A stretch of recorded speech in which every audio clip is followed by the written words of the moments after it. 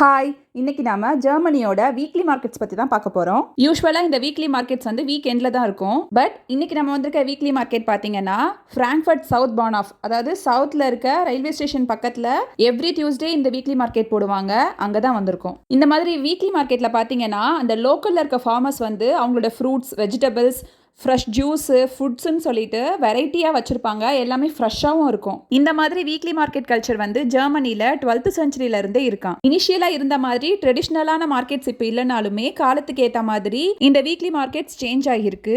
But இந்த weekly market கல்ச்சரை இன்னும் இவங்க ஃபாலோ பண்ணிட்டு தான் இருக்காங்க. நாங்கள் கொஞ்சம் சீக்கிரமாகவே போனதுனால அங்கே கூட்டம் இல்லை. ரயில்வே ஸ்டேஷன் பக்கத்துலேயே இந்த மார்க்கெட் இருக்கிறதுனால கொஞ்ச நேரத்துலேயே கூட்டம் அதிகமாகிடும். நம்ம ஊரில் வாரச்சந்தை இருக்க மாதிரி தான் இங்கேயும் வீக்லி மார்க்கெட்ஸ் இருக்கு. ஜெர்மனியோட வீக்லி மார்க்கெட்ஸ் பற்றி நீங்களும் இந்த மாதிரி வாரச்சந்தைக்கு போயிருக்கீங்களான்றதையும் கமெண்ட் பண்ணுங்க. இந்த வீடியோ உங்களுக்கு பிடிச்சிருந்துச்சுன்னா ஒரு லைக்கை தட்டி விட்டுட்டு மறக்காம நீலா டேல்ஸை சப்ஸ்கிரைப் பண்ணுங்க. பாய்.